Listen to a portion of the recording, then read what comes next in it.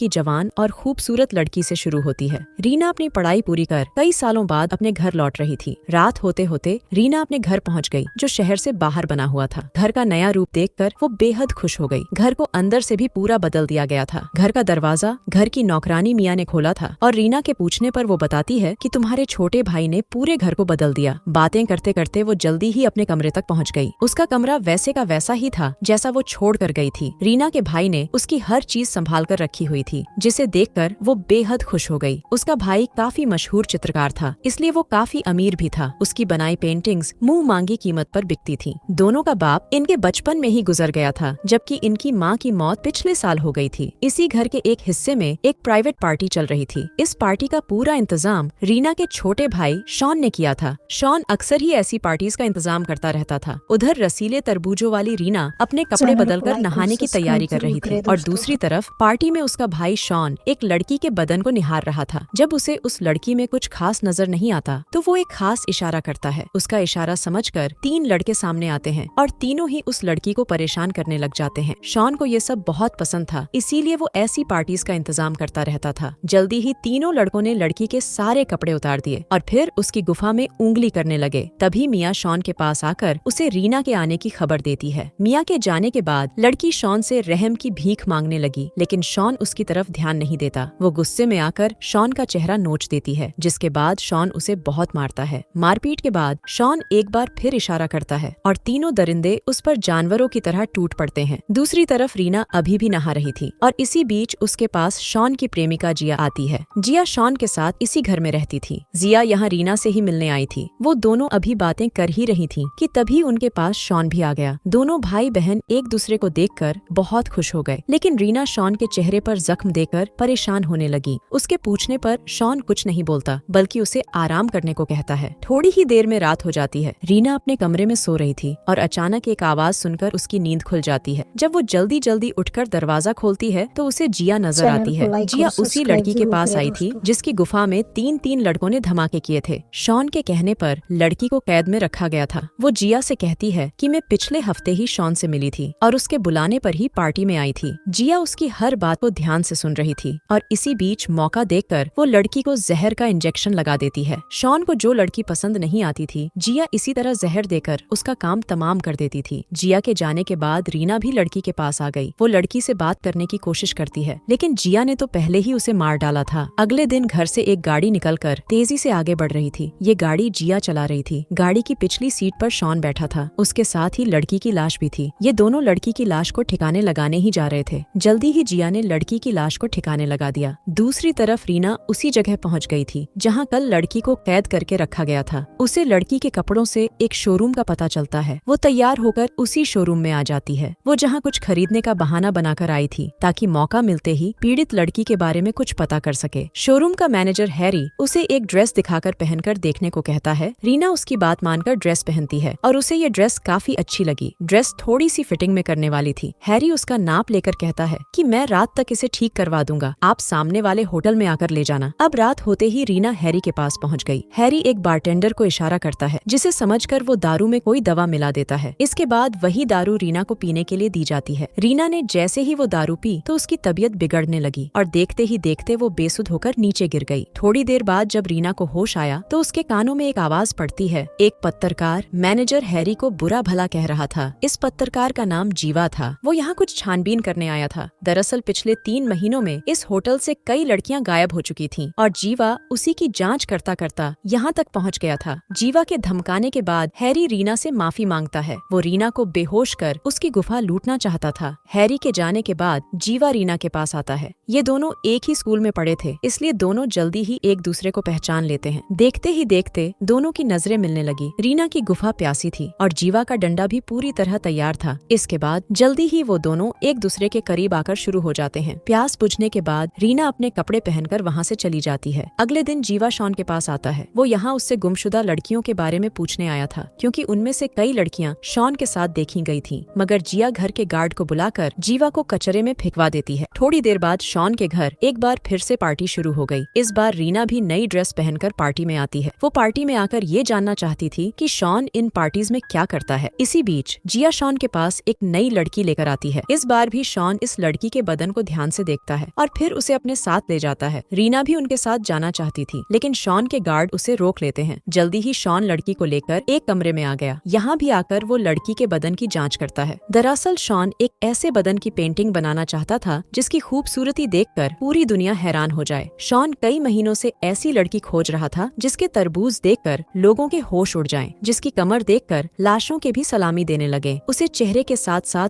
पूरा बदन खूबसूरत चाहिए था। अपनी इसी खोज को पूरा करने के लिए उसने आज तक कई लड़कियों के बदन को जांचा, लेकिन उसे कोई भी पसंद नहीं आई, जिस कारण वो साला लड़कियों की गुफा लूटकर उन्हें मार देता था। कमीने शॉन को आज भी लड़की पसंद नहीं आती, जिसके बाद वो साला उसकी गुफा लूटकर उसे भी मार देता है। इस बार लड़की की चीखें सुनकर जब रीना कमरे में आती है तो उसे वहाँ लड़की की लाश नजर आती है। कुछ देर बाद रीना जीवा के पास आकर उसे सब बता देती है कि गुमशुदा लड़कियों को शॉन ही मारता है। अगले दिन सुबह जिया रीना के पास आकर पूछती है कि कल रात तुम कहाँ थी। इस पर रीना उससे कहती है कि मैं यहाँ भी जाऊँ, ये पूछने वाली तुम कौन होती हो। रीना का जवाब सुनकर जिया को उस पर गुस्सा आ गया। शॉन भी इन दोनों की बातें सुन रहा था, जो कमरे में लगे शीशे के बाहर खड़ा था। उधर जिया ने रीना को सबक सिखाने का फैसला कर लिया। वो जल्दी जल्दी 3 गार्ड्स को बुलाकर कहती है कि इसे ऐसा सबक सिखाओ कि ये घर से बाहर ना निकल पाए। जिया की बात मानकर तीनों दरिंदे मासूम रीना पर टूट पड़ते हैं। कमरे के बाहर खड़ा उसका भाई शॉन और कमरे के अंदर मौजूद जिया सब देख रहे थे। उनकी नजरों के सामने ही तीनों गार्ड्स एक साथ रीना पर टूट पड़ते हैं। रीना का हाल देखकर शॉन को भी कुछ कुछ होने लगा था। वो भी जल्दी जल्दी अपने हाथ का इस्तेमाल करने लगा। इसी बीच जिया जब कमरे से बाहर आती है तो उसकी नजर शॉन पर पड़ती है। शॉन को हाथ का इस्तेमाल करते देख उसके होश उड़ गए। उसे यकीन ही नहीं हो रहा था कि एक भाई अपनी ही बहन की इज्जत लुटते देख भला कैसे मजे ले सकता है। वो जल्दी जल्दी शॉन के पास जाकर उसे शांत करने लगी ताकि रीना से उसका ध्यान हट जाए। थोड़ी देर बाद जीवा भी शॉन के घर पहुंच गया। घर के अंदर रीना के हाथ पैर बांध दिए गए थे ताकि वो भाग ना सके। जिया भी उसके पास ही खड़ी थी और उसके हाथ में जहर का इंजेक्शन था, मगर जैसे ही वो उसे जहर देने लगी तो शॉन शीशा तोड़कर उसे रोक लेता है। उधर जीवा जैसे ही घर में दाखिल हुआ तो उसके सामने गार्ड्स आ जाते हैं। वो उसे मारने की कोशिश करने लगे, लेकिन जीवा डर कर वहाँ से भाग गया। दूसरी तरफ शॉन अपनी बहन रीना के पास पहुँच गया। उसका जख्मी हाथ देखकर रीना उदास हो गई। रीना उसके जख्म को छाटने लगी, जिसे देखकर शॉन को उस पर प्यार आने लगा। देखते ही देखते दोनों की आंखें चार होती हैं, जिसके बाद वो दोनों शुरू हो जाते हैं। जबकि इनकी बेशर्मी देख जिया हैरान हो रही थी। दरअसल कई साल पहले भी शॉन अपनी बहन रीना के करीब आने लगा था, लेकिन सही मौके पर इनकी माँ इन्हें देख लेती है। वो गुस्से में आकर शॉन की खूब धुलाई करती है और रीना को दूर पढ़ने भेज देती है। अब कहानी कुछ दिनों बाद शुरू होती है। शॉन को जिस खूबसूरत बदन की तलाश थी वो उसे मिल चुका था। ये खूबसूरत बदन किसी और का नहीं बल्कि उसकी बहन रीना का ही था। दोनों पूरा दिन लगे रहते और जब शॉन थक जाता तो अपनी पेंटिंग बनाने लग जाता। असल में रीना शॉन का साथ इसलिए दे रही थी ताकि शॉन अब और किसी बेकसूर लड़की को न मारे। दोनों भाई बहन को इतना करीब देखकर जिया बहुत दुखी रहने लगी थी, क्योंकि उसे इनका ये रिश्ता पसंद नहीं था। कुछ दिनों बाद शॉन की पेंटिंग बनकर तैयार हो चुकी थी और वो रीना के साथ कमरे से बाहर निकलता है। इसी बीच जिया जल्दी जल्दी शॉन के पास आकर उसे जहरीला इंजेक्शन लगा देती है। वो शॉन को रीना के साथ नहीं देख सकती थी। वो ये भी जानती थी कि रीना मजबूरी में शॉन का साथ दे रही है। कहानी के आखिर में जिया खुद को भी जहर देकर मार लेती है और सिर्फ रीना ही जिंदा बचती है। इसी के साथ इस कहानी